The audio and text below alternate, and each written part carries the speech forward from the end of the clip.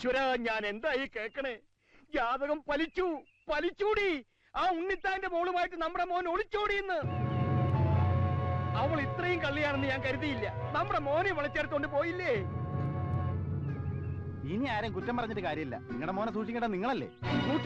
സൂക്ഷിച്ചു, ഒരുപാട് സൂക്ഷിച്ചു. അതുകൊണ്ടാ ഇങ്ങനെ പറ്റിയേ. ഈ കുറിപ്പ് ജീവിച്ചിരിപ്പുണ്ടെങ്കിൽ എന്റെ മോനോട് അവൾ ജീവിക്കില്ല. അവർ നാടൂടെ ഞാൻ സമ്മതിക്കില്ല. വണ്ടി എടുക്കണം. യാത്രക്കാരുടെ തിരുവനന്തപുരത്ത് നിന്നും ഈറോഡിലേക്ക് പോകുന്ന 6231 നമ്പർ തിരുവനന്തപുരം ഈറോഡ് എക്സ്പ്രസ് അല്പസമയത്തിനുള്ളിൽ 1-ാം നമ്പർ പ്ലാറ്റ്ഫോമിൽ വന്നു ചേരുന്നു. ട്രെയിൻ എത്താറായി. ഒന്ന് സ്പീഡിൽ വിടറോ. വിമാനത്തിന് സ്പീഡ് ഓട്ടോറിക്ഷ കിട്ടൂല മോനെ. ഒന്നാമത് എഞ്ചിൻ പണി ഏറെ വണ്ടിയാണ്.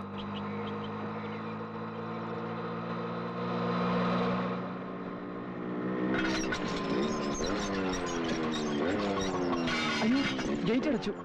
ഇപ്പൊ വരുന്ന ട്രെയിൻ എനിക്ക് പോകേണ്ടതാ. ഞാനിപ്പോ എന്താ ചെയ്യാ? എന്തെങ്കിലും ചെയ്യടോ. സിനിമയിലെ പോലെ ആട്ടോ ജമ്പ് ചെയ്യിക്കട്ടെ? വേണ്ട, ഞാൻ ജമ്പ് ചെയ്തോളാം.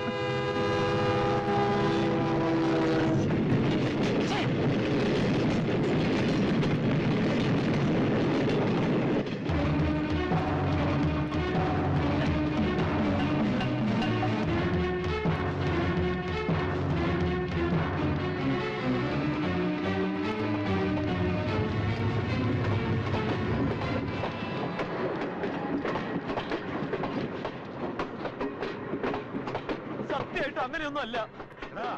ഇന്ന് വെളുപ്പിന് തന്നെ നീ എന്റെ വീട്ടിലെത്തുന്നു പറഞ്ഞപ്പോ ഞാൻ കരുതിയില്ല അതെന്റെ മോളെ പൊക്കിക്കൊണ്ട് പോകാനായിരുന്നു. ഞാനൊന്ന് പറയട്ടെ. മാന്യമായിട്ട് ജീവിക്കുന്നവരെ മാനം കെടുത്തിയിട്ട് നിന്ന് ന്യായീകരിക്കുന്നു. ഉണ്ണിത്താനോട് കളിച്ചാൽ നിന്നെ കൊന്നു കുഴിച്ചു കൂടും. പറയടാ, മിണ്ടിപ്പോരുത്. അവനെ ഇവരെ തല്ലാൻ നിനക്കെന്താ അവകാശം? എത്തിയല്ലോ സൂത്രധാരൻ. ഇന്നലെ അച്ഛനും മോനും കൂടെ വീട്ടിൽ വന്നത് എന്റെ മോളെ പാട്ടിലാക്കാനുള്ള തന്ത്രവുമായിട്ടായിരുന്നല്ലേ? വിരലൊന്നും ഞൊടിച്ച കൂടെ പോരാ. തന്റെ മോളെ പാട്ടിലാക്കാൻ അത്ര വലിയ തന്ത്രമൊന്നും പ്രയോഗിക്കണ്ട. ആമ്പിള്ളേരെ വഴിപിഴപ്പിക്കാൻ നടക്കുന്ന ശവം. തന്റെ ഭാര്യയുടെ സ്വഭാവം ഇവിടെ വിശദീകരിക്കണ്ട. മാറ്റർ മക്കളിലേക്ക് വന്നില്ലെങ്കിൽ എന്റെ സ്വഭാവം താനിപ്പോ അറിയും. എടോ, ജനിപ്പിച്ചാൽ മാത്രം പോരാ, മക്കളെ വളർത്താനും പഠിക്കണം. താൻ മോളെ പഠിപ്പിച്ചത് ഒളിച്ചോട്ടായിരുന്നു. തന്തയില്ലാത്ത പറയരുത്. തന്തയ്ക്ക് പറഞ്ഞാലുണ്ടല്ലോ. കല്യാണ പന്തലിൽ നിന്ന് എന്റെ മോളെ തട്ടിക്കൊണ്ടുപോയി ഇവന്റെ തന്തയ്ക്കും തന്തയുടെ തന്തയ്ക്കും ഞാൻ പറയും. താൻ എന്തോ ചെയ്യും? എടാ ഉണ്ണിത്താനെ, ഇനി തിരിച്ചു തല്ലാമെന്ന് സമയം കളയുന്നത് ശരീരത്തിന് നല്ലതല്ല. ബുദ്ധി ഉണ്ടെങ്കിൽ മുഹൂർത്തം കഴിയുന്നതിന് മുമ്പ് ഇതിനെ വിളിച്ചുകൊണ്ട് പോയി നിശ്ചയിച്ച് ചെറുക്കുന്ന തലയിൽ വെച്ച് കെട്ട്. അല്ലെങ്കിൽ ഇനിയും മതിൽ ചാടും.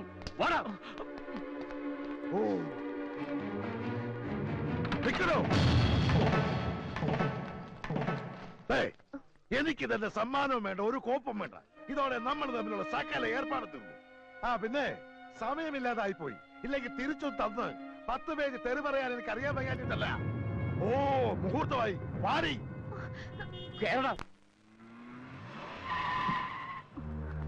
ഇങ്ങോട്ട് ഇറങ്ങടി. വാ. സാരി മാറ്റിട്ട് ഇപ്പൊ തുണി ഉടുത്തിട്ടുണ്ടല്ലോ, അത് മതി. പെണ്ണെത്തി. ഞാൻ പറഞ്ഞില്ലേ മുതലാളി മിടുക്കനാണെന്ന്.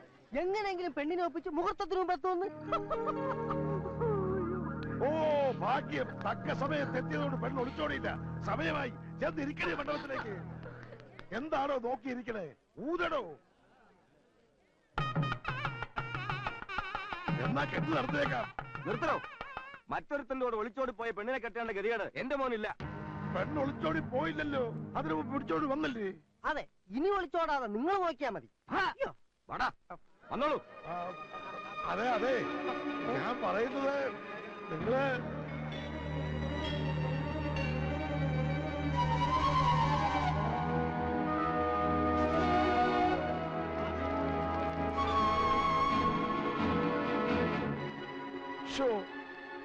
ഉണ്ണിത്താനെ താൻ കാണിച്ചത് വലിയ മണ്ടത്തരമായി പോയി. എന്റെ മോളെ കെട്ടാൻ പറഞ്ഞത് എന്താ മണ്ടത്തരം?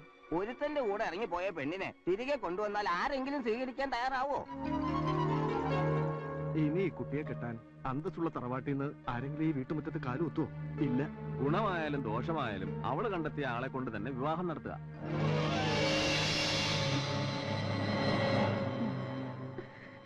പാലത്തിങ്കൽ കുറിപ്പ് തറവാടിത്തത്തിൽ മുതലാളിയെക്കാളും ക്യാമനാ.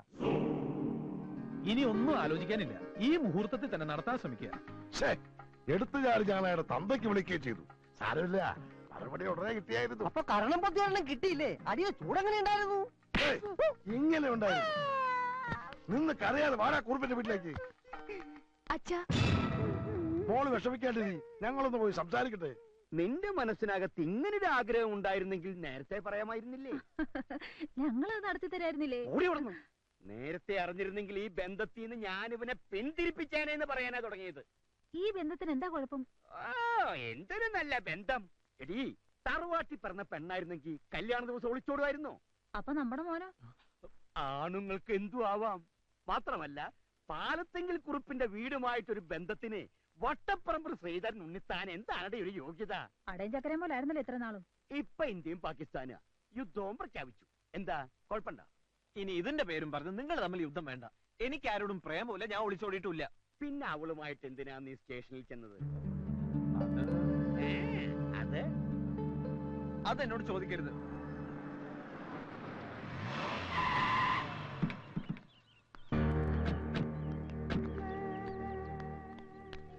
കാര്യങ്ങൾ എത്രത്തോളമായ സ്ഥിതിക്ക് ഞാനൊന്ന് തീരുമാനിച്ചു. എന്റെ മോളെ കൊണ്ട് ഒളിച്ചോടിയത് ഏത് തന്റെ മകനാണ് ശരി, അവനെ കൊണ്ട് തന്നെ കെട്ടിക്കുമെന്ന്.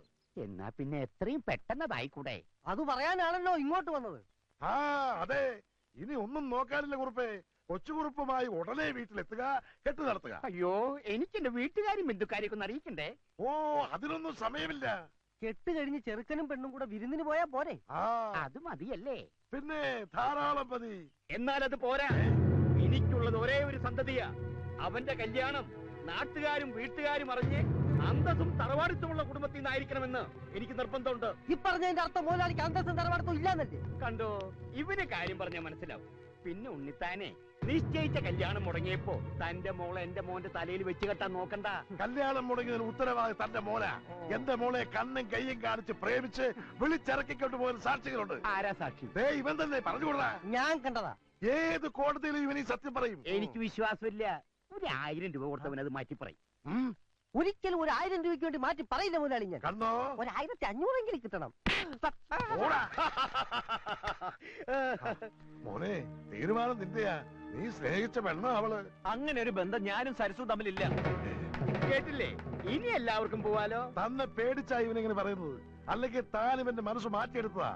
എടാ മോനെ, നിന്നെ വിശ്വസിച്ച അവൾ ഇറങ്ങി പോകുന്നത്. അല്ല അല്ല, ഇനി സംസാരിച്ച് സമയം കളയണ്ട. ഉണ്ണിത്താൻ പോ. ഞാൻ പോവുക. പക്ഷെ ഒരു കാര്യം, എന്റെ മകൾക്കൊരു മംഗല്യമുണ്ടെങ്കിൽ അത് തന്റെ മകനുമായിട്ടായിരിക്കും. ഇന്നല്ലെങ്കിൽ നാളെ ഈ കല്യാണം ഞാൻ നടത്തും. ഉറപ്പാ. പാലത്തെങ്കിൽ കുറിപ്പ് ജീവിച്ചിരിപ്പുണ്ടെങ്കിൽ അത് നടക്കില്ല. ഉറപ്പ്. ഇത് കുറിപ്പിന്റെ ഉറപ്പല്ല, ഈ ഉണ്ണിത്താന്റെ വെല്ലുവിളിയാ. നോക്കിക്കോ.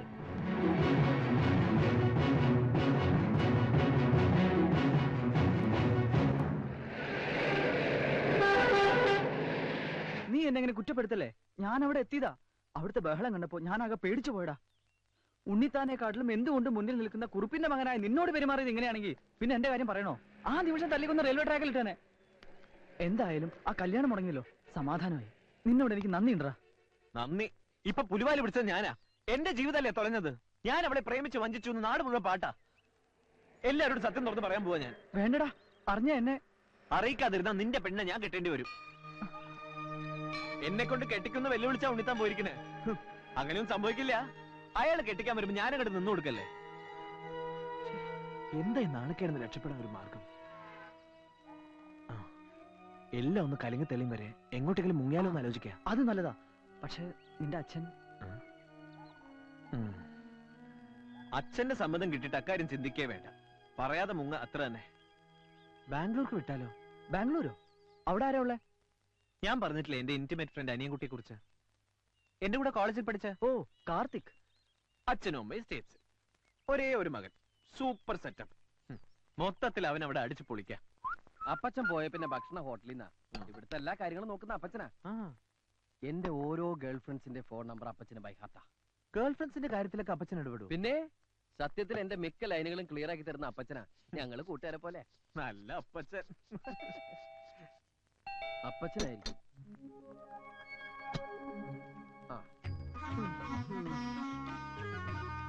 എവിടെയായിരുന്നു? അമ്മാവുക്ക് ഉഷാറില്ലേ? അതൊക്കെ ഞാൻ വെറുതെ ലേറ്റ് ആയിത്തു. എന്താടാ പറഞ്ഞേ? കന്നഡയാ. അമ്മയ്ക്ക് സുഖമില്ലാത്തോണ്ട് ലേറ്റ് ആയെന്നാ പറഞ്ഞേ. ഈ പച്ച ആര്? കൊച്ചുകുറുപ്പ്. കൊച്ചുകുറുപ്പോ? അല്ല, സുഭാഷ് ചന്ദ്രബോസ്. ഓഹോ, ഒരുപാട് കേട്ടിട്ടുണ്ട്. വളരെ വലിയ മനുഷ്യനല്ലേ. പക്ഷേ ആ പേരെടുത്ത് ഇങ്ങോട്ട് തട്ടണ്ടായിരുന്നു. ഒട്ടും ചേരുന്നില്ല. എന്നാലും പരിചയപ്പെട്ട സന്തോഷം. പിന്നെ ഞാനില്ലാത്തന്റെ കുറവൊന്നും ഉണ്ടായില്ലല്ലോ. അതത് സമയത്ത് എല്ലാ പെൺകുട്ടികളുടെ കാര്യവും ഡീൽ ചെയ്തില്ലേ? ഇവൻ വന്ന പിന്നെ എന്റെ ചാർട്ടിങ് കംപ്ലീറ്റ് തെറ്റി. തെറ്റിയോ? എന്റെ സുഭാഷ് ചന്ദ്രബോസ് ധാരാളം അപ്പോയിന്റ്മെന്റ്സ് ഉള്ള ആളായത്. 9 മണിക്ക് ലതിക, 10 മണിക്ക് മേഴ്സി, 10:30 ഗീതാ ഷെട്ടി, 10:45 മീനാ റെഡ്ഡി, 11 മണിക്ക് വീണ്ടും ലതിക.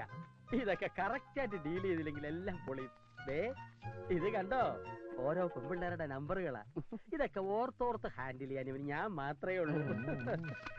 ആ മേഴ്സി എടുത്തോ. ഹലോ മേഴ്സി. മേഴ്സിയോ? എനിക്ക് എന്റെ മേഴ്സിൽ അത് വേറെ ആരാ ഉള്ളത്? ഞാൻ ലതികയാ. ലതിക? അയ്യോ, ഞാൻ നിന്നെ മേഴ്സി എന്ന് വിളിച്ച മനഃപൂർവ്വ. മേഴ്സി എന്ന് വെച്ചാൽ എന്താ അർത്ഥം? കരുണ. നീ കരുണുള്ളവളല്ലേ? ഞാൻ ഇനി മുതൽ നിന്നെ അങ്ങനെ വിളിക്കൂ.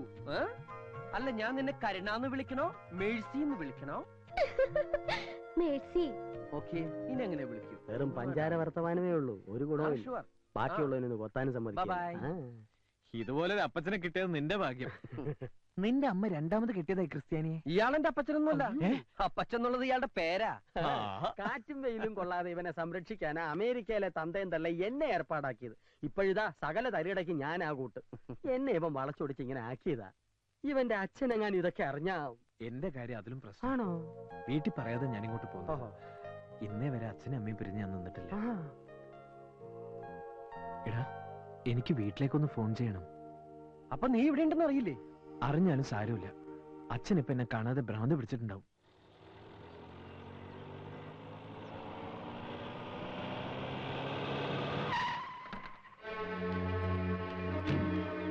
ഉണ്ണിത്താനെ ഇറങ്ങി വാടോ. അല്ല, ഇതാര് കുറുപ്പോ? അപ്പൊ തനിക്ക് വീണ്ടും വിചാരം ഉണ്ടായല്ലേ? എനിക്കറിയായിരുന്നടോ തന്റെ മോന് വേണ്ടി താൻ എന്റെ കാല് പിടിക്കാൻ വരുമെന്ന്. വാ, അകത്തോട്ടിരിക്കാം, എന്നിട്ട് ബാക്കി കാര്യങ്ങൾ സംസാരിക്കാം. ഞാൻ തന്റെ സൽക്കാരം സ്വീകരിക്കാനും കാല് പിടിക്കാനും വന്നതല്ല. അല്ലേ പിന്നെ? എന്റെ മോന് താൻ എവിടെ ഒളിപ്പിച്ചു വെച്ചിരിക്കുന്നേ? പറയടാ നാക്കി ഉണ്ണിത്താനെ. എന്റെ വീട്ടിൽ കയറുമെന്നാണ് ആവശ്യം പറഞ്ഞാൽ അടിച്ച് കാല് തല്ലി ഒടിക്കാൻ എനിക്കറിയാൻ വയ്യാഞ്ഞിട്ടല്ല. എന്റെ മോൻ അമ്മായി അച്ഛന്റെ കാല് തല്ലി ഒടിച്ചു എന്ന പദവി എനിക്ക് വേണ്ടാച്ചിട്ടാ. അയ്യടാ, ആ പൂജ അങ്ങ് മനസ്സിൽ വെച്ചാ മതി. മര്യാദയ്ക്ക് എന്റെ മോനെ വിട്ടു തരുന്നില്ലയോ? ഇവിടെ കിടന്ന് ഒച്ച ഉണ്ടാക്കരുത്. ഇവിടെ ചോദിക്കാനും പറഞ്ഞ ആണുങ്ങളുണ്ട്. തന്റെ മോനെ ഞങ്ങളെ മോളെ കൊണ്ട് പിടിച്ചങ്ങ് കെട്ടിച്ചു. താൻ എന്തോ ചെയ്യും? ഇതൊക്കെ പറഞ്ഞാ പോലെ പ്രവർത്തിക്കുന്നു. പോടാ, അപ്പൊ കെട്ടിച്ചു കഴിഞ്ഞു അല്ലേ? അതെ, പിടിച്ചു കെട്ടിച്ചു. ഞാൻ രണ്ടുപേരെയും കാശ്മീരിലേക്ക് ഹണിമൂൺ അയച്ചിരിക്കുക. അത് കഴിഞ്ഞ് സ്വിറ്റ്സർലാൻഡ് വഴി ഉഗണ്ടായി ചെന്ന് പ്രസവമൊക്കെ കഴിഞ്ഞിട്ടേ വരൂ. താ കൊണ്ടുപോയി കേസ് കൊടുക്കും ഞാൻ. ഇതിന്റെ പേരിൽ ഉണ്ണിത്താൻ കോടതി വരാൻ കയറി ഇറങ്ങും. എന്റെ വീട് പണയം വെച്ചിട്ടായാലും ശരി, തന്നെ ഞാൻ അഴി എണ്ണിക്കും. നോക്കിക്കോ. പ്രേമിച്ചിട്ടില്ല, ഒളിച്ചോടിയതല്ല എന്നൊക്കെ പറഞ്ഞ് അവൻ നമ്മുടെ മുമ്പിൽ നാടകം കളിക്കായിരുന്നു. പ്രസവം ഉഗാണ്ടയിൽ വെച്ചാണെന്ന്. ഉഗാണ്ടയിലോ? അവനിപ്പോ എവിടെയുണ്ട്? അവൻ പോയിരിക്കാടി ഹണിമൂണിന് കാശ്മീരിലേക്ക്. നമുക്ക് പോലീസ് പരാതി കൊടുത്താലോ? ഹണിമൂണിന് കാശ്മീരിലേക്ക് പോയതിനോ? അതല്ല മനുഷ്യ, അവനെ കാണാനില്ലെന്നും പറഞ്ഞ്.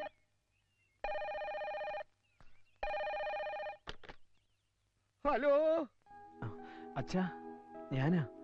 എടി അവനാ. അച്ഛൻ എന്നോട് ക്ഷമിക്കണം.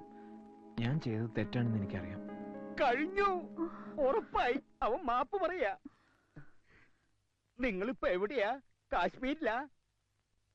ഞാൻ ബാംഗ്ലൂരിന്നാ. ബാംഗ്ലൂരോ? ആ, ഹണിമൂണിന് പറ്റിയ സ്ഥലാ. അത് കഴിഞ്ഞ് ഉഗാണ്ടയിലേക്ക് എപ്പോഴാ? അച്ഛൻ ആരുടെ കാര്യം പറയുന്നത്? എന്നാലും ആ ഉണ്ണിത്താന്റെ മുമ്പിൽ നീ എന്നെ തോൽപ്പിച്ച് കളഞ്ഞല്ലോ.